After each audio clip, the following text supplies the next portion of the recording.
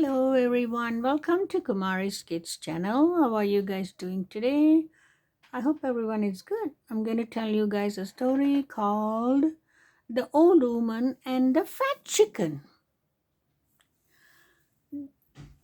There was once an old woman who kept a hen that laid an egg every morning without fail.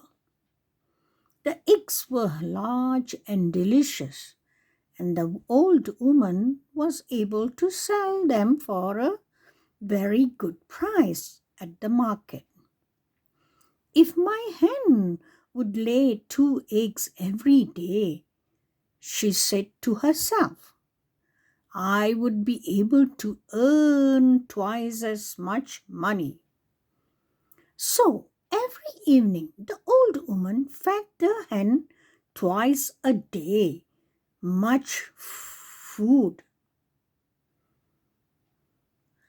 Each day the old woman went to the hen house expecting to find 2 eggs. But there was still only one, and the hen was getting fatter and fatter. One morning the woman looked in the next nest box, and there was no eggs at all. There were none of the next day, nor any the day after that. All the extra food had made the hen so fat and contented that she had become lazy and had given up laying eggs altogether.